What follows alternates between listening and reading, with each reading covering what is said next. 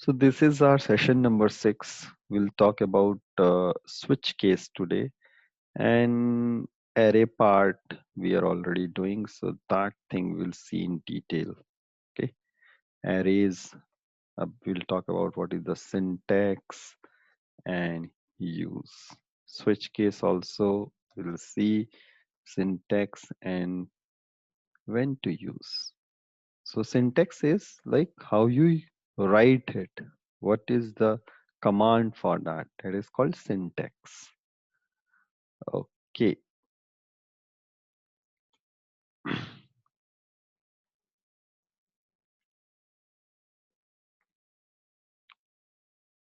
So I'm opening my Eclipse. And first we will see a little bit about switch case because that is somehow related to what we do in if else. So I'm making a new class for switch demo, let's say, creating a main function, starting it. So let's say there is a question that based on the number input by the user, you will print um, the day. So for example, this will be like this. If you will ask to the user, what is the day today? Let's say it's like this, right? Or input a number. You will say enter a number. Okay. Then user will enter, let's say 1. See if user will enter 1, we will print Monday. Okay. If user will enter 2, we will print Tuesday and so on. Okay. User will put 7, so we will print Sunday. Apart from this, if user puts anything less than 1 or greater than 7, then we'll say invalid input. Yeah. How we will do it? As we discussed last time, if you want to take the input at the runtime from the user, you can simply declare scanner. So let's declare one scanner object. So this syntax for the scanner object is very simple. Scanner, and you can declare anything. SC is just the name given by us. You can give any name here. Is equals to new scanner, and in the bracket you have to write system dot in. Once you declare it, you can ask for you can ask for anything. So for example, I'm saying enter a number. Okay, and then we will capture that number. So you can declare it like this: integer d is equals to, you can again, this is identifier.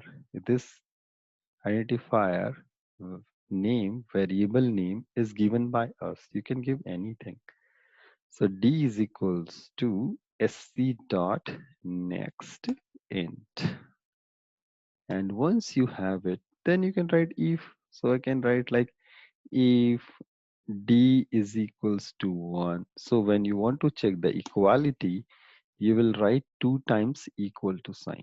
So we are checking if d is equals to 1, then we'll write what we'll write Monday simply.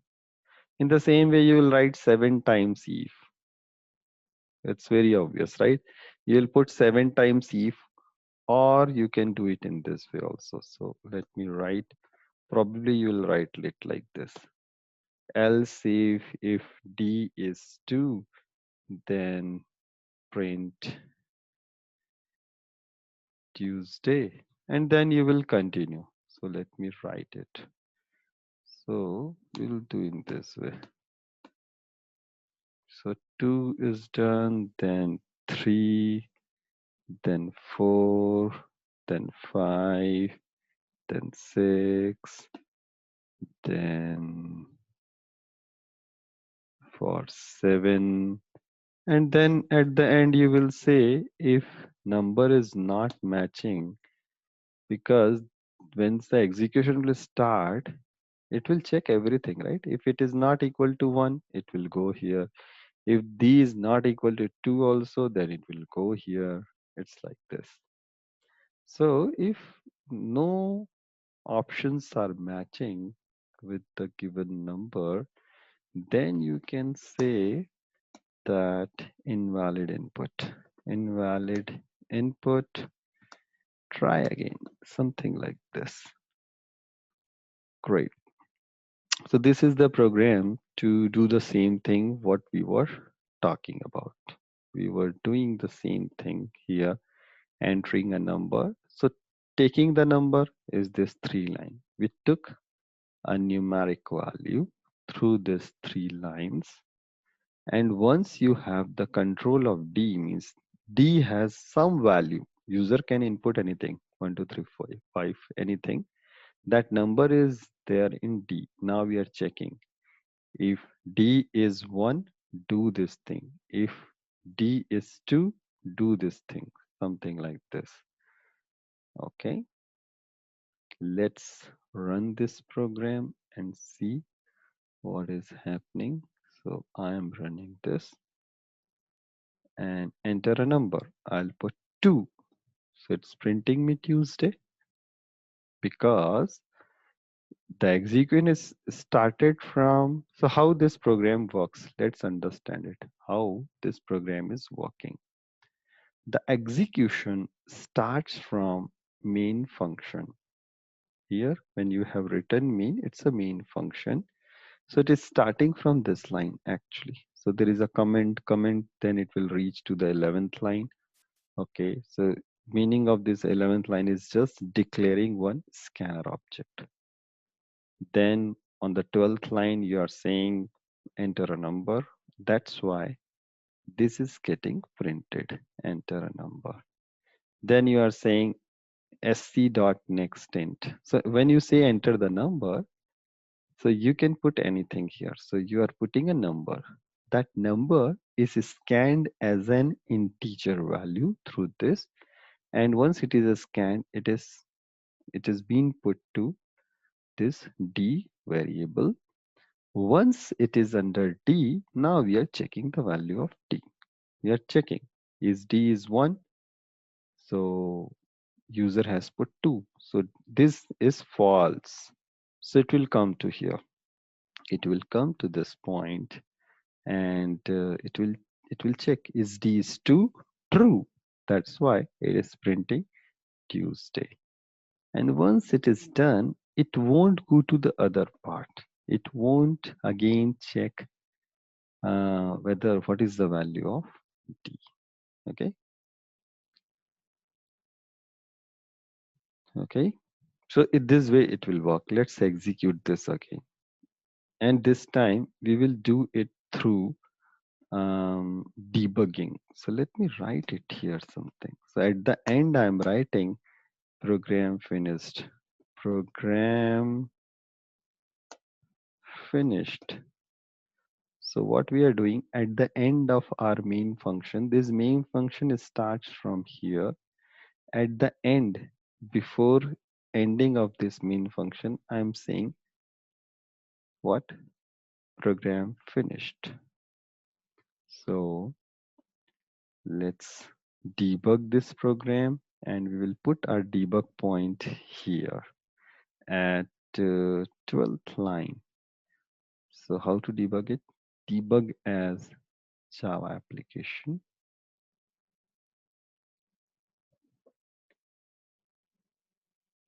So debugging is started and it's saying that this program is stopped or paused at 12th line.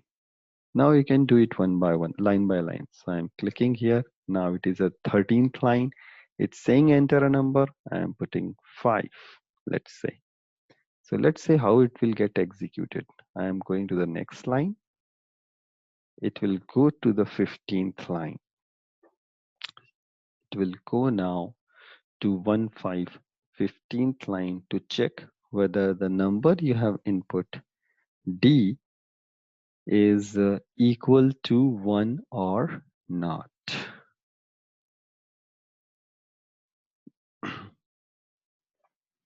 It's taking a little bit time. Let's wait for 1 minute. It happens in debug mode, your program gets a little bit slow.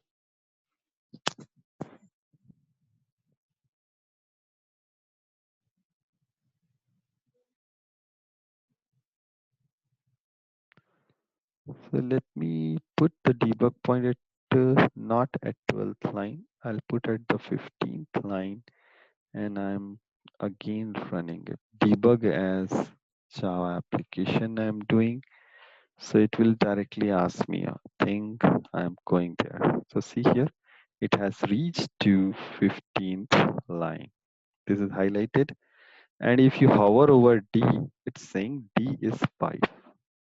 So 5 is equals to 1? No. So let's see where it is going. I'm going to step over. It is going to this part. So it's checking one by one, right? D is 1? No. D is 2? No. D is 3? No. D is 4? No. D is 5? Yes. So it will go inside this. See, it's going inside. Then again, I'm clicking on this step over. Done. So it's coming here. Let's see if it will go to the 35th line. It's not going. See there, when I clicked on the step over, it's not going to the 35th line because how else if works is if this particular condition is satisfied, then it won't execute whatever written below that till the last else. So now see here it has directly reached to 48th line. It will print program finished and done. It's like this. So this is how this program will work. This is a good one.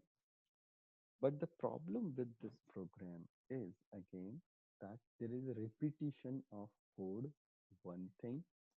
Second thing is why it is going to every uh, else if, right? There should be a mechanism that it will directly go to a particular case, which is satisfied case, the exact condition which is matching. So that's how switch case will work. So the same program, if I want to change into switch part, I will write it like this. So this is the syntax for switch. Inside the switch, you will put D, means what you want to check. So inside the switch, you put what you want to check. So switch is a keyword here. You are putting it like this, switch D. Here we will put what you want to check. I want to check the value of D. And then you can say case 1, do something. So here the code will come. What I want to do in the case this, I want to print Monday. It's like this. And then you do a break. I'll explain why we have to do a break. And then let's copy this. Then there will be case 2, case 3, case 4, case 5, case 6, case 7. So we'll write case 2, case 3, case 4, case 5, case 6, case 7. And here we will say, let me write it fast. Tuesday, Wednesday, sorry, day I'll keep. So this will be Thursday, Friday, Saturday, and Sunday. Then the last case, you can put it like default. Default means if nothing is matching, then if it is not matching with anything, then you can say What? Invalid input. Invalid input. Okay, try again. Same program we are writing in less number of. So there are two advantages of using switch. One is somehow the number of lines will get reduced, right? As of now, you are not able to see a significant reduction in the number of lines because that is a simple code. We are doing just printing this, right? Otherwise, there are a lot of you will see that there is actually number of lines are getting reduced. And another part is it won't check each and everything. It will directly go to a particular part. So for example, let's debug the same program again. I am putting it at 51st line. So what we will do, this if else also work. It's fine. Let's print it first through else if way, and then same thing we are doing through switch way. Okay, then I'll tell you how it is working. Okay, the same thing we have written in switch way. So let's see how this is working. So I am doing again in debug mode. Enter number. Okay, 5. Enter. So it is coming here. I'll directly switch. I am directly going to here. Okay, now so this is done. Tuesday is printed, but again I am checking what is the value of D. D is 5. Let's see how it will behave now. So see, I'm doing a step over. Did you observe that it it is not going to case 1, case 2, case 3, case 4 one by one? No, it is directly going to the case 5. So this is the advantage. The number of comparison is less in when you are doing a switch. It is directly going to a particular case which you have written here. So D is case means which is which is matching. D is matching with 5, so it will go directly here. So there is a what we say, it is faster and easy to understand also, right? It's not a big deal. If you will put it in your practice, you will feel it's easy. It's not difficult. So it's going directly to this, and if we'll run this program, it's done. So it's Friday, it is printing. Oh, for 5, why it was printing Tuesday? My mistake. Somewhere I for 5 I have put again Tuesday. My mistake. Everywhere I have put Tuesday only. So it's fine. But it was executing properly. It will be Wednesday. Sorry.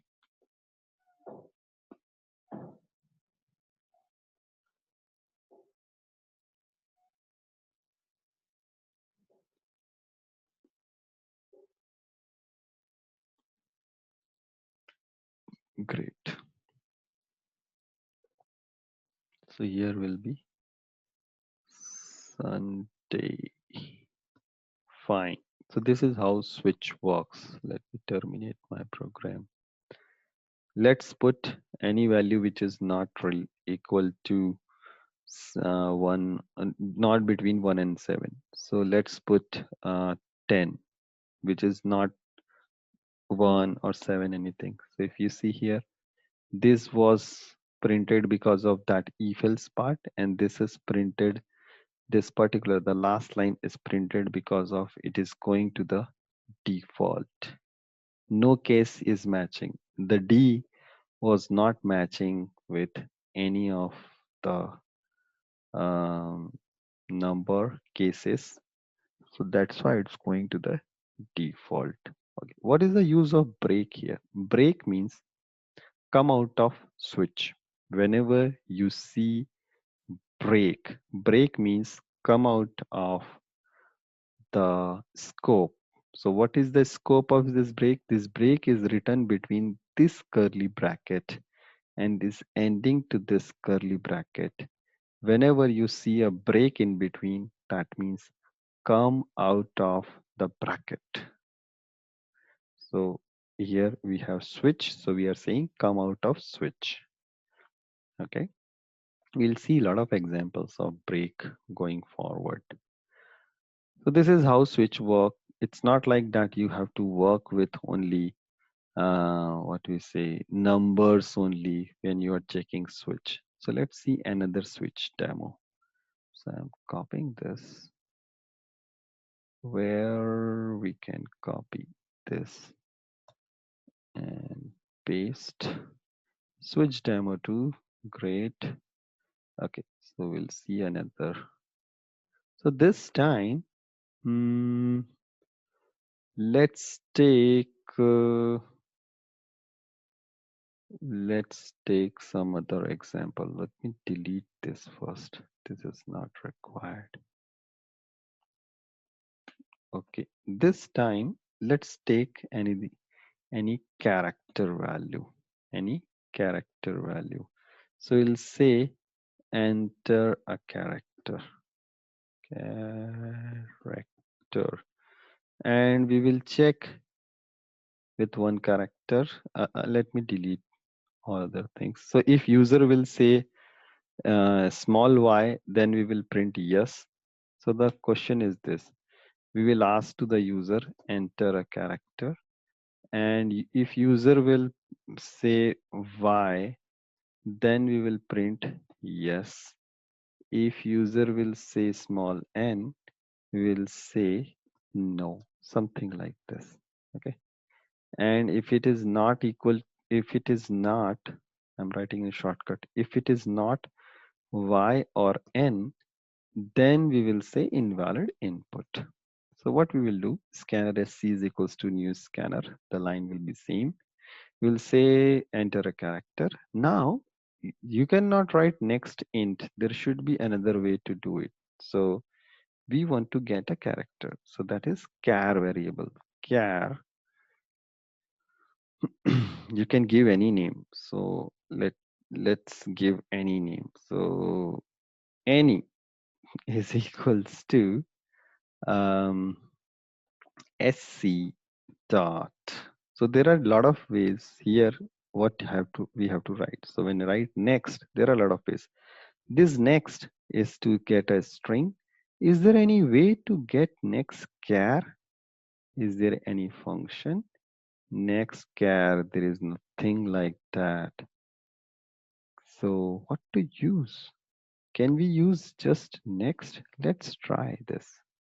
So sc.next, this function is saying type mismatch cannot convert from string to character. So what it is saying, next sc.next is used if you write it here string, it will work.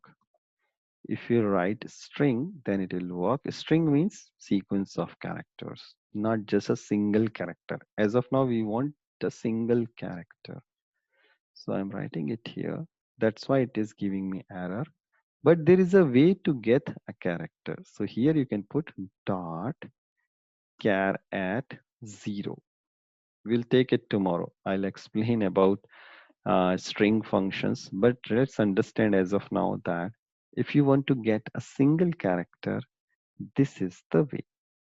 This is the way to get a single character. And now you will not write D, you will write any, because you want to scrutinize what is any, what user has input. Here, the case will be like this, y, and here case is n. Why I'm putting in single quote? Because character is specified and identified as single in the single quote only. So I'll print yes in case of y. I'll print no in case of small n, and rest of the things are fine. So if I run this program, it is asking me enter a character. I'll put U and enter. It's saying invalid input. Try again. Let's run it again. I'm running this program and enter a character. So let me put N. It's saying no. Once I put an N and hitting enter, it's saying me no. How this is executing? You got one character from the user, assigned it to any. Now, once you put switch any means check. Switch means check. Let's understand. Switch, if you want to remember in a simple word, is check. Check what is any. If any is small y, print this. If any is small n, print this. Very simple. If is any is not this, then print this part. It's like this. So this is how switch works. We have to see for the um, arrays. But before that, if you have any question, let me know. So let's understand about array. What is array? So let me make a program and you will get to know what is the difficulty. Then you will think why array is required. You will get to know why array is required. So I'm making a new class to just let you understand. So I'm making array demo. Okay. So here, let's say I want to take um, 10 students roll number. I want to take input of 10 students roll number. What I will do, I'll declare 10 variables a comma b comma c comma d 5 6 7 8 9 10. Okay, and then you will say you will put a scanner sc is equals to new scanner, then you say system dot in, and then you will say enter roll number of 10 students, something like this, and then you will take it one by one. So you will write a is equals to sc dot next int, copying the same line, 2 3 4. Okay, then you'll say okay, b is the second value, then c d e f g h I, and the last one J, correct? And let's say okay, done, and you want to print it also. So how you'll print it? You'll print it like this. If you want to print I, you can print, then you have to write, sorry, you have to print a, let's say. So 10 times you have to write system.out.println. Or if you want to print in one shot, that is also possible, but you have to concatenate it with string. So let's learn one new thing here is you can put backslash n. Backslash n means change the line. So here, what is the meaning of 23rd line is print a. Whatever user will give for the a, print that one. Then I'm writing plus backslash n. That means change the line. Change the line. It's like this. So here I can continue. Plus means concatenating. Plus means here I want to do the next thing is I want to print b. In between you can put backslash n. Backslash n means you can, it's a string. It's nothing but a string special character to change the line. Okay, in the same way you can do it. C, then again backslash n. So backslash t is also there for tab.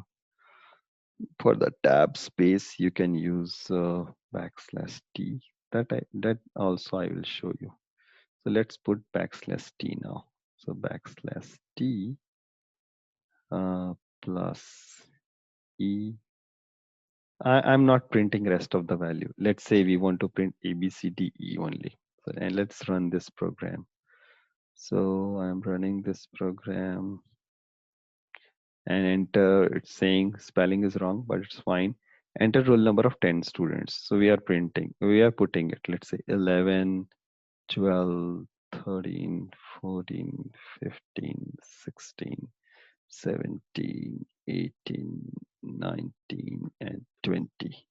One by one, we hit the 10 numbers, and once you hit the enter, it is showing me 11, 12, 13, 14. See here, it's printing because of this code, which is saying to print A, then change the line, then B, then change the line, the value of C, then change the line, print the value of D. But after that, don't change the line, put a tab. Because of this, there is a space, and then you are getting 15. Okay. So this backslash n and backslash t are the special character which you can put inside the double quote, and it has a special meaning to change the line or change the or put a tab space. Okay, what is the problem with this program?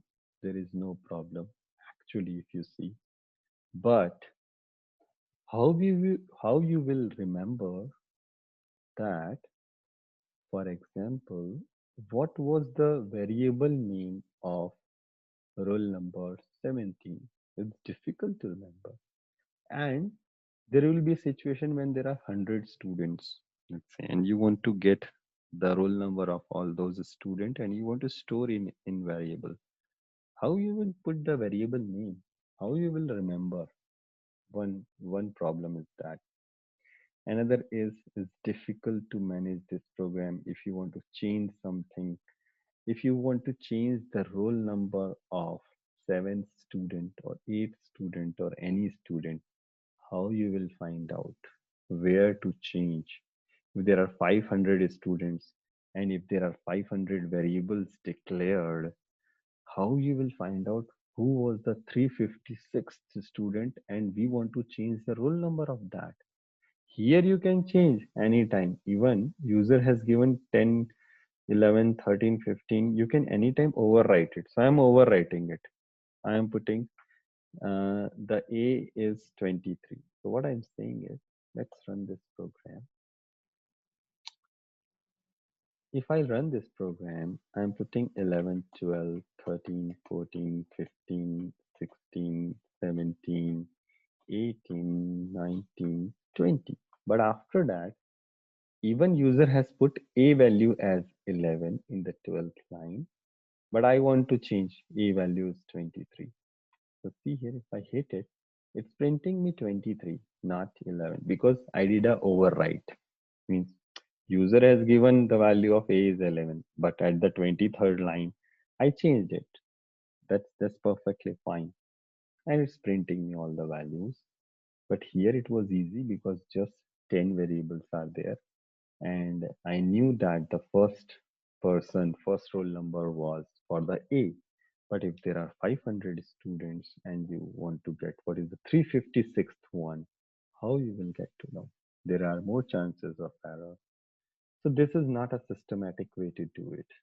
The answer to this, so to solve this problem, array concept came into picture, and the same thing we can do in through array. Let's see. So the syntax of array is, I'm showing you one hard-coded way first, and then we will take from the user also. The hard-coded way is, I'll declare int. Here you can say, let's say role. You can give any name. You can put A also, but A is already taken. That's why I'm not taking. And here you can say is equals to, and in the bracket you can put the roll numbers. So I'm putting it, let's say 13, whatever I'm putting in. It's not a, it's just a number. You don't have to put it in sequence all the time. So I'm putting any random thing as of now. So these are my, let's say, some number. So you can do it in this way also. Here it is now easy. If you see here, compared to um, declaring a lot of different variables and having the values, it's it's it's way easier here when you are saying that I want these values to be stored in a systematic way. How these values will get stored, that let's see. Let's see when you declare this, what will happen in the background.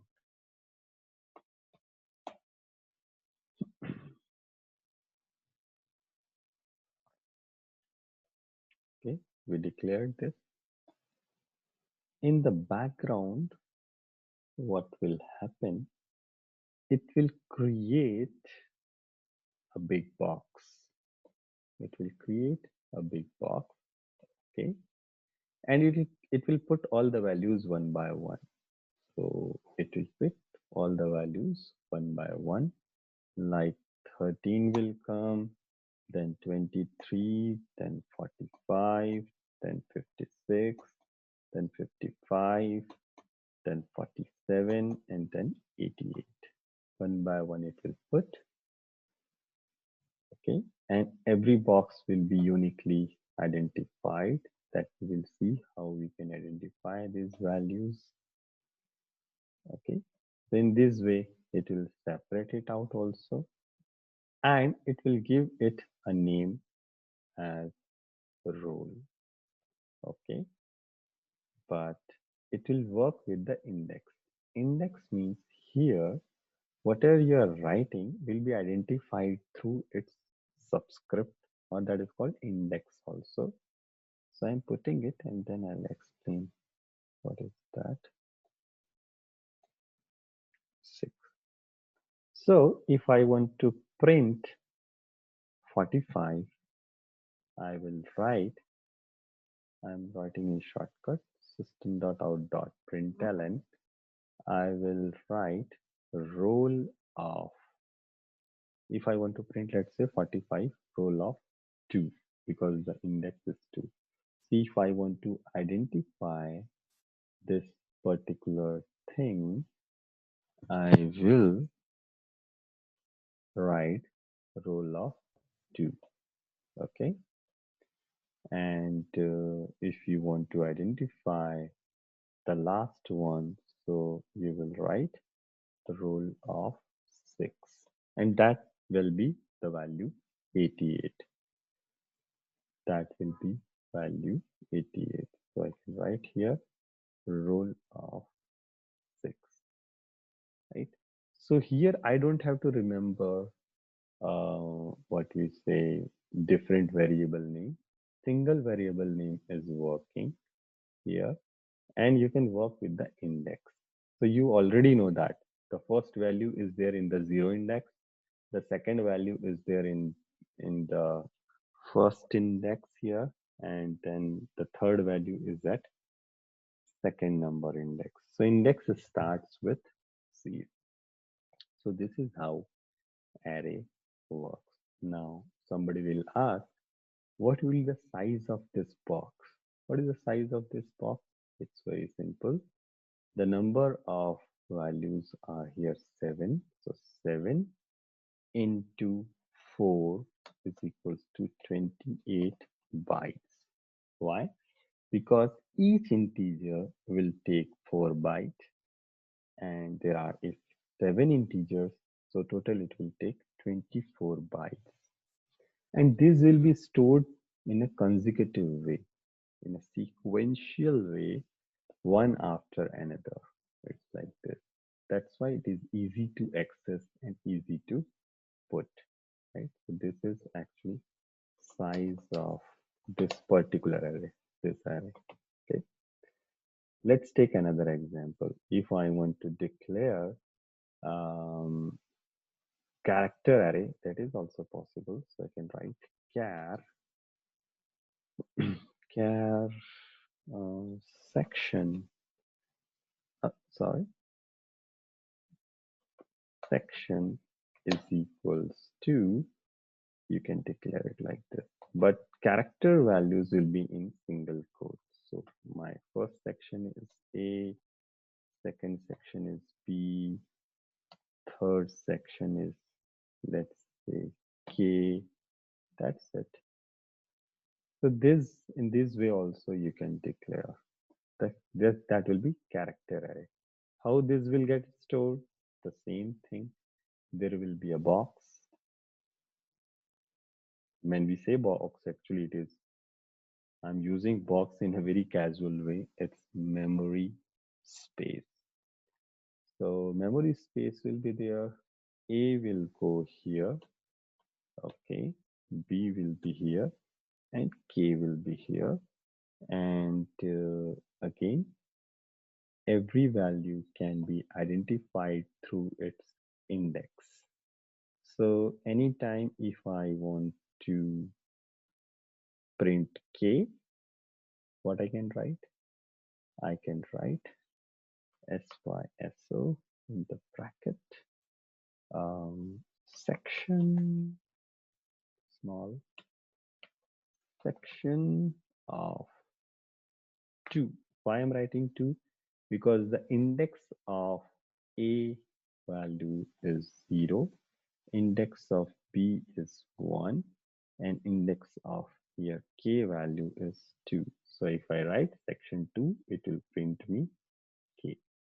So let's do quick thing about getting 10 values from the user. So this is one way I am commenting it as of now. Another way is you can declare a size. So I'm writing, let's say, again, int roll is equals to new int, and here you have to put the size. So I want to get the roll number of 5 students. Let's say what this will do, this will create blank 5 spaces. So when you write this line, 29th line, what it will do, it will create 5 boxes one by one in this way, right? The same thing, but there will be 5 compartments only, which will be blank because the value is not filled yet. We have to fill it. And how we can fill it? Same process. Again, scanner is already declared. You don't have to declare it again and again. So here you can say again to user that enter 5 numbers and user will input, and you can say roll 0 is equals to sc dot, sorry, sc dot next int, and then in the next line, roll of 1, roll of 2, roll of 3, roll of 4. So whatever will be scanned from the this output console output window will go to roll of 0. The next value will go to roll of 1, roll of 2, roll of 3, roll of 4, and then you want to print it. So that the printing is same. Printing is like you want to print different things, right? So I want to print, let's say, only roll of 2. I'm not printing everything as of now. Let's print only roll of 2 and roll of 4. So let's see how this will work. I'm running this program. Run as Java application. Enter roll number of 10 students. Okay. I'm just putting 111 because I want to go to the 29th line. Above that, we have already understood. So see here, this is executed. Now it is asking enter 5 number because of 3038 line. And let's put the 5 numbers now. So I'm putting, let's say, 34, 35, 36, 37, 38. 5 numbers are done. And see, it is printing just these two. Why? Because we printed roll of 2 and roll of 4. Okay. So in this way, this array works. We'll see some other examples also, but now you have to make your own programs, whatever you can do with the arrays. And there are some examples in that W3 skill chapters also. Go through it, change something on your own, and practice about it.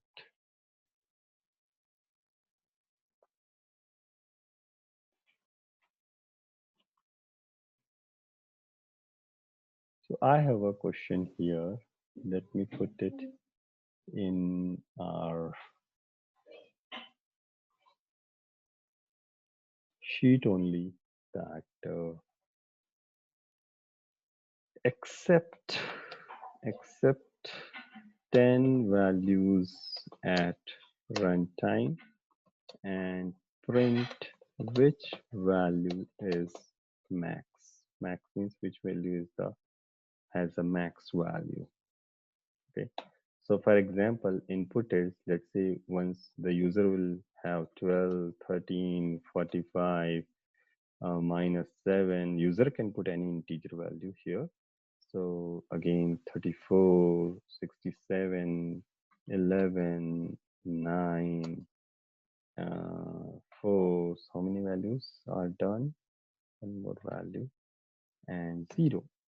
So which one is the max here? Is 67.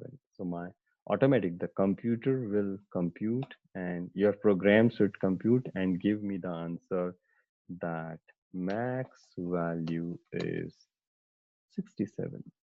The max value is 67, and you acceptance of this, you have to do it through array. Okay, and then try to put the logic to get the max value. Okay, but somehow the hint is actually you have to use for loop that we have not covered yet, but this is just a hint that somewhere you have to put for loop. And particularly this thing is called sequential search. So there is a concept of linear search or sequential search that will come into picture. Try it, otherwise, because we will be also covering this part, but I'm just writing if you can try it. That's good.